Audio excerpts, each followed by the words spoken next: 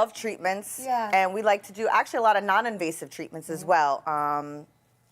There's like lasers. And I've never really had any speculation of anything. It's just, I protect my sister's heart just like I protect my heart. A decade of twin power, a decade of synchronized outfits and finishing each other's sentences, and we are one soul in two bodies, energy delivered to cameras with the specific conviction of people who have said it so many times, it has become more true in the saying than it is in the living. A decade of the Darcey and Stacey mythology. The foundation, the anchor, the thing that survived every other crisis because it was the crisis-surviving mechanism itself. And then 11 days of silence. No twin power content, no synchronized posts, no matching outfits, no "my sister is my heart" caption.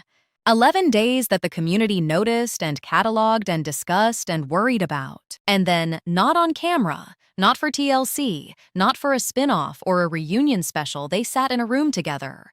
Just the two of them. No production, no format, no audience. The conversation lasted 4 hours, and what came out of it cannot be unsaid. If you are new here, this channel is the Tell-All Tapes, and we cover 90-Day Fiancé and its entire universe with the kind of depth and honesty that the shows themselves rarely allow. Hit that like button right now, subscribe if you have not already, and turn on notifications because the next 2 episodes of this series are the final 2, and you do not want to miss where this ends. Now, let us get into it, because the story of what happened in that room, and more importantly, why it had to happen, and what it means for everything that comes after, is not the story that the 11 days of silence suggested on the surface. It is not a story about a feud. It is not a story about jealousy or competition or one sister eclipsing the other. It is something older and quieter and more foundational than any of those things. It is the story of 2 people who spent a decade performing a relationship, discovering in 4 hours with no cameras that the relationship they were performing was simultaneously real and incomplete, and that the incompleteness gap between the performance and the private reality had been accumulating pressure for years in ways that neither of them had the format or the language or the permission to address directly, until 11 days of silence made the conversation unavoidable. Let us start with the trap, because understanding the trap is the only way to understand why the 4-hour conversation was necessary and why it took this long to happen. The twin mythology that Darcey and Stacey built across a decade is one of the most emotionally compelling ongoing narratives in the reality television universe. We are the same, one soul. What I feel, you feel. What I need, you need. What succeeds for me succeeds for you. What hurts me hurts you. That mythology was not manufactured for content. Both of them believed it, performed it with authentic conviction, and built a show around it that millions of people found genuinely moving and genuinely relatable. The twin relationship, as portrayed on Darcey and Stacey, is not a fiction. The love in it is real. The connection in it is real. The specific intimacy of 2 people who started in exactly the same place and built their entire understanding of themselves partly through each other is real, and it is visible on screen in ways that cannot be manufactured. But the mythology contained a specific and consequential untruth, and that untruth is the trap, because Darcey and Stacey Silva are not the same. They are 2 different people who began in the same place, and a decade of treating 2 different people as one of subordinating their genuine differences to the mythology of sameness, of performing an identity that required those differences to be invisible, created a pressure that the twin power content could not release, that the cameras never documented, that the synchronized outfits and the finished sentences and the always together captions kept accumulating, kept compressing, kept building behind the mythology like water behind a dam that was never designed to hold it permanently. The 11 days of silence were not the beginning of the fracture. They were the moment the fracture became visible. The pressure had been building for considerably longer than 11 days, and the things that made the fracture visible at the solo production meeting, the brand inquiries resubmitted for one sister rather than both, the metrics showing one name beginning to outperform the other in specific and trackable ways, are not the cause of the tension. They are the symptoms of something that was always going to surface eventually. The cause is the gap between mythology and reality. The gap between performing a relationship and having one. The gap of 4 hours of private conversation, with no format and no audience and nothing to protect except the truth, finally had to close. Now here is where the story becomes genuinely complicated.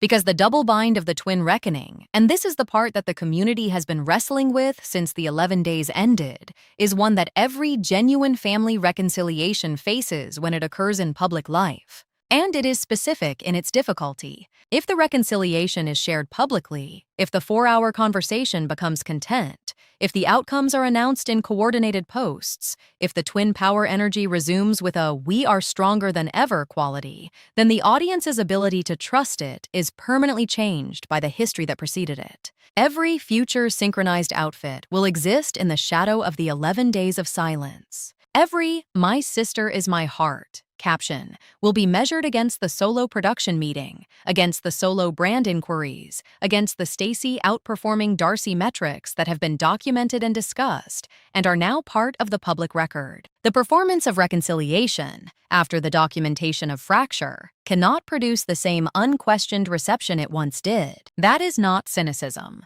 That is just how public trust works. Once a question has been asked loudly enough, the old answer no longer satisfies. And if the reconciliation is kept private, if the 4 hours remain between the two of them, if the outcomes are lived rather than posted, if the twin power mythology is quietly retired without explanation, then the show loses its emotional spine. Because the show's emotional spine has always been the twin relationship. Not the men, not the weddings, not the fashion, the twins. Take the twin mythology away, or allow it to quietly deflate without public acknowledgement, and what remains is 2 separate shows about 2 separate women who happen to share a production company, which might be honest, but it is not what the audience signed up for. And it is not, if we are being precise about this, what either sister has said she wants. Neither option is clean. Both require something the mythology never required before: honesty about its own limits. And honesty about limits in a format built on mythology is among the most structurally disruptive things that can happen to a show. Which brings us to the financial stakes, because the financial stakes of the twin reckoning are existential for the show in its current form, and both sisters understand this, which is part of what made the 4-hour conversation not just emotionally necessary, but professionally urgent. Darcey and Stacey the show requires a specific version of the Darcey and Stacey relationship. It requires the version that is functional and generative and capable of producing the kind of emotional content, the kind of loaded shared glances and finished sentences and synchronized declarations that the format depends on. A reconciled twin relationship that has done the actual work of acknowledging difference, of establishing new terms, of allowing both sisters to be genuinely separate people with genuinely separate needs and directions. That version of the relationship may produce 2 women who are more authentic, more interesting, and significantly less compatible with the format that was built on the mythology of sameness. The show needs mythology. People need honesty. And right now, those 2 requirements are not pointing in the same direction. The production company needs a 3rd season to make its investment back. The platform needs content that performs. The audience needs something to believe in. And the sisters need, for the first time in a decade, explicitly and out loud and with no cameras, to figure out what they actually need from each other and from the arrangement they have been living in. The conversation that determines which requirement wins was the one that happened in 4 hours with no cameras, and its outcome will determine not just the shape of their personal relationship going forward, but whether there is a 3rd season at all, and whether Darcey and Stacey Silva continue to be a professional unit, or whether they become 2 individuals who love each other enough to stop pretending that their love requires them to be the same person. Now, here is what we know about the 4-hour conversation, and we want to be clear about how we know it was sourced carefully, presented responsibly, with genuine respect for the fact that some of what happened in that room is private and should remain so. These are the things that people with knowledge of the aftermath have described as verifiable. Not a rumor. Not speculation. Verifiable. The conversation was initiated by Stacey, not Darcey.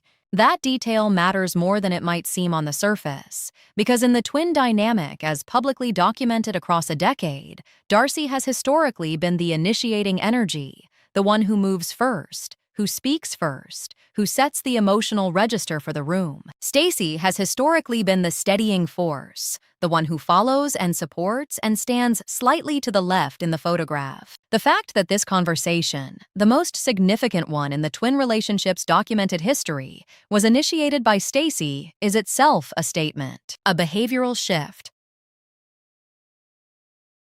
People who know both sisters well have described that initiative as, in their words, overdue and clarifying. It suggests that the person who has spent a decade being the second name in the title has been doing private work, internal work, the kind that doesn't show up in synchronized posts that the public version of the twin dynamic never had room for. What was addressed in the conversation? According to a source with direct knowledge of how both sisters described the aftermath, 3 things. In roughly this order: the solo production meeting, specifically what was said in it about the twin dynamic and why Stacey felt it needed to be said outside of the shared format, and what Darcey's experience had been of learning about it. This was reportedly the conversation's most uncomfortable early passage, because the solo production meeting was not just a professional development, it was a communication that Stacey made to industry people before she made it to her sister. And the content of that communication, the acknowledgement that the twin dynamic had limits,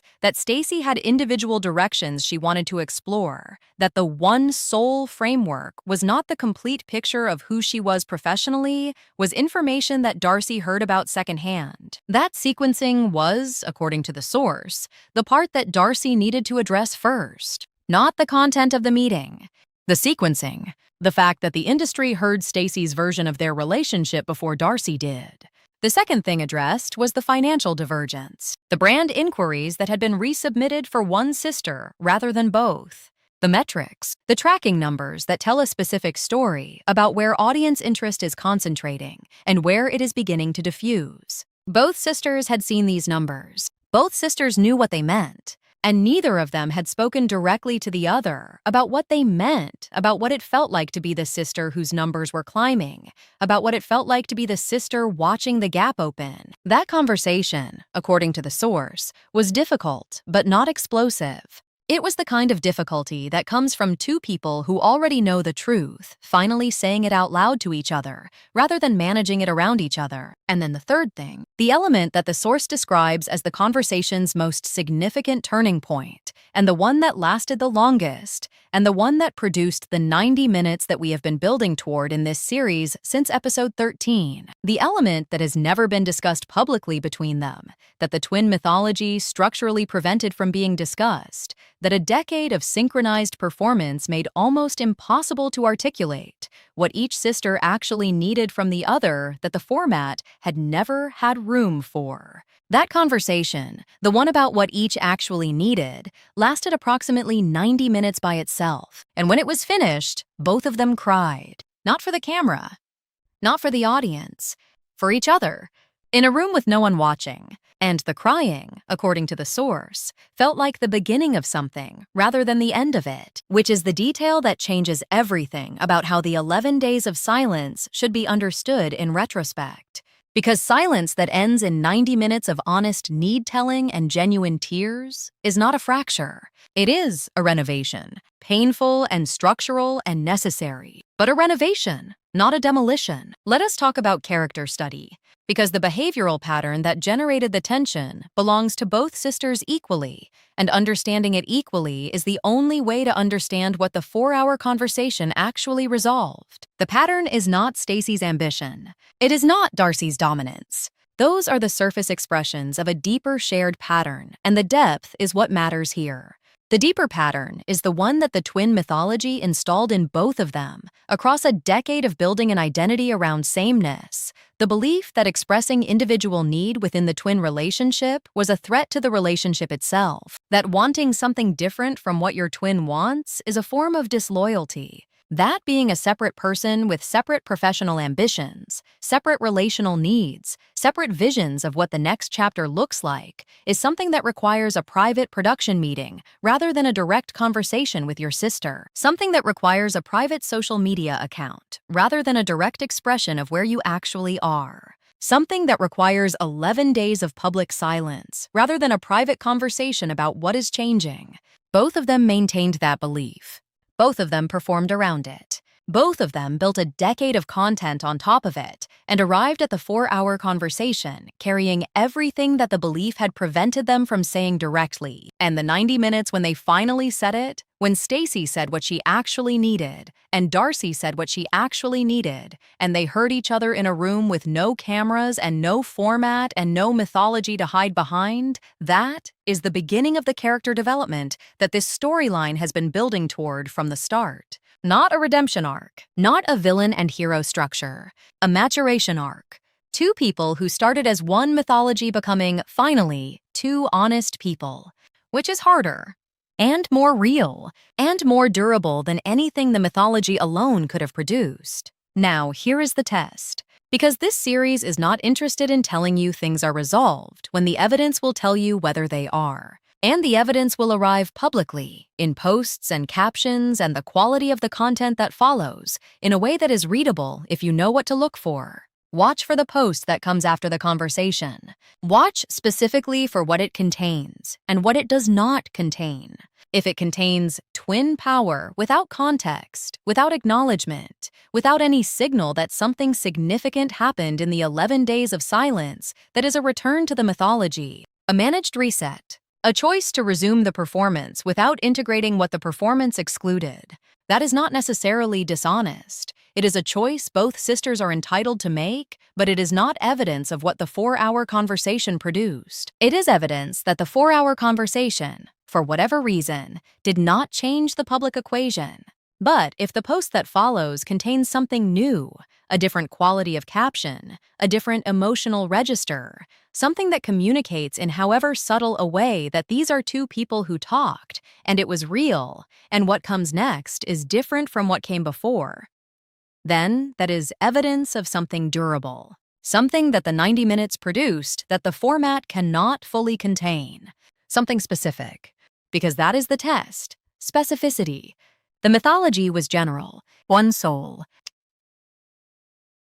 twin power, always together. General language is the language of performance because performance needs to be legible to a large audience simultaneously.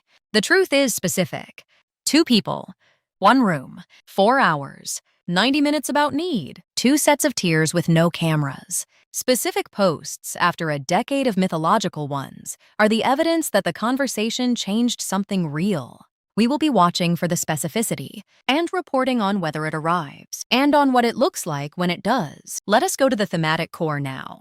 Because everything this channel has built across this series from episode 1 through this episode has been circling a single question, and the twin reckoning is where that question gets its most complete answer.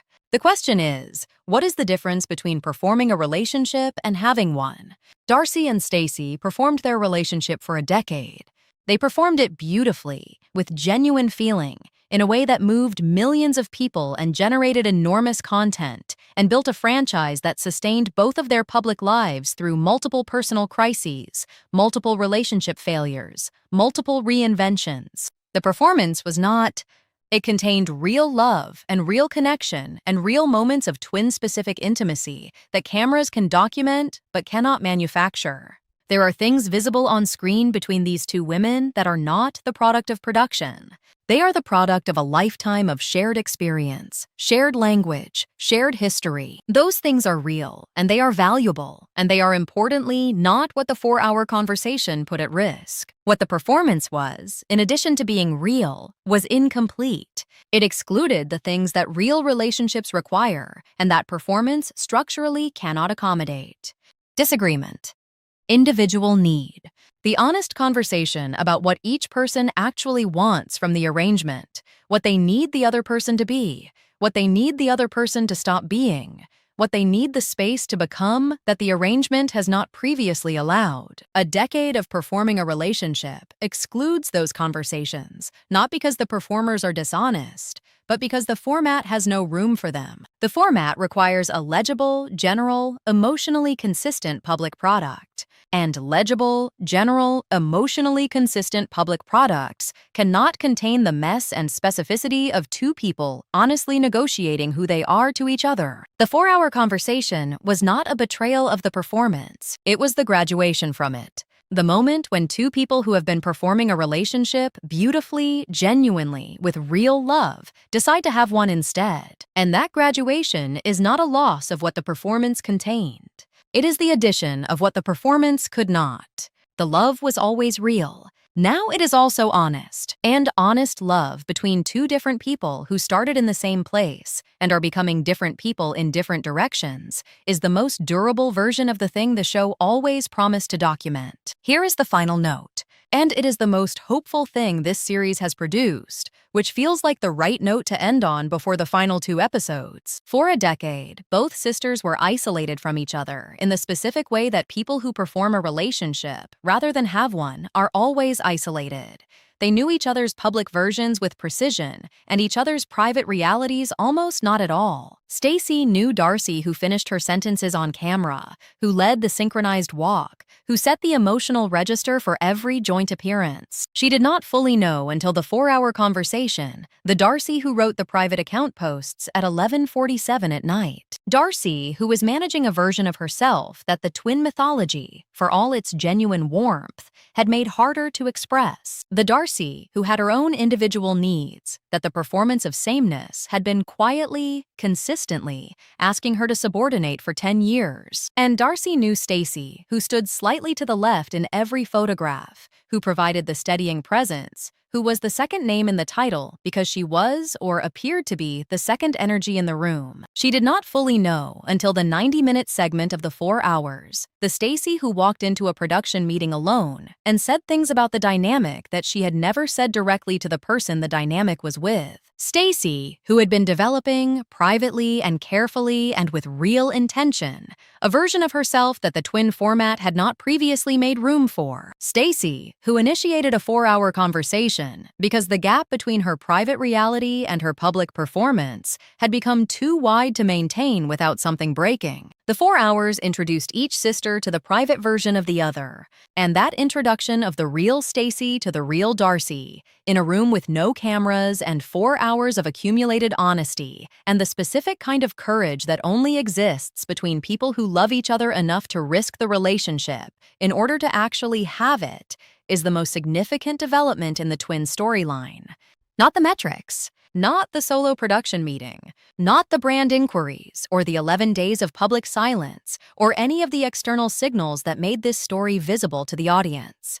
The 90 minutes when they told each other what they actually needed, that is where the isolation ended. That is where the performance stopped being a substitute for the relationship and became, for the first time, an expression of it. And that is where the real relationship began. The 90 minutes when they told each other what they actually needed is the point of no return in the twin story. Not because it resolved everything.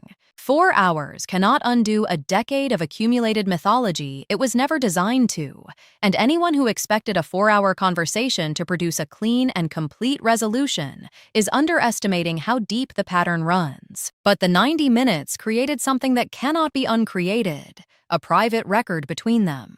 A camera-free, unproduced, unedited record of what each person actually needs from the other. That record exists now in both of their memories. It exists in the room every time they see each other. It exists on every film set, in every synchronized photo, underneath every twin power caption that follows. It cannot be performed around. It cannot be edited out. It is there. And what that means is that the private record changes the relationship between the mythology and the reality. Before the 4 hours, the mythology was a substitute for the relationship. It was the public version that existed in the space where the private version was not being spoken. After 4 hours, the mythology can become something else, an expression of the relationship rather than a replacement for it. The synchronized outfits and the finished sentences and the one-soul energy can resume, but they resume now as a celebration of something that has been examined and chosen, rather than a performance of something that has never been questioned. The difference between those two things is the difference between a myth and a truth. And the difference between a myth and a truth is everything. They can post the twin power content now and mean it differently. not as a declaration of sameness because they are not the same, and the 4 hours established that, honestly and finally, but as a celebration of two different people who sat in a room with no cameras and no format and no audience and chose, with full knowledge of each other's private reality, to keep choosing each other. That is not twin power as mythology. That is twin power, in fact, as a decision, as something that costs something and is chosen anyway, because the love is real enough to survive being honest about what it is. And the difference between those two things, twin power as mythology, twin power as fact, is everything this series has been about, from the first episode to this one. From the first synchronized outfit to the 4-hour conversation, from the performance to the relationship, from the myth to the truth. 2 episodes remain. They are the last 2. The twin storyline resolves. The financial stakes resolve. The question of what comes next for the show, for the sisters, for the mythology that may or may not survive contact with the honesty that the 4-hour conversation introduced resolves. We will be here for all of it. We will bring you the same depth and the same honesty and the same refusal to let compelling surface narratives substitute for the real structural story underneath them that this channel has always brought you. Subscribe if you are not already subscribed. Turn on notifications. Hit the like button if this series has given you something real to think about, because it has given us something real to think about too, and that is not a small thing in a content universe that is not always generous with the real. The tell-all tapes. We will see you for episode 14. Do not miss it, because what comes next is where the whole story lands, and you have come too far to look away now.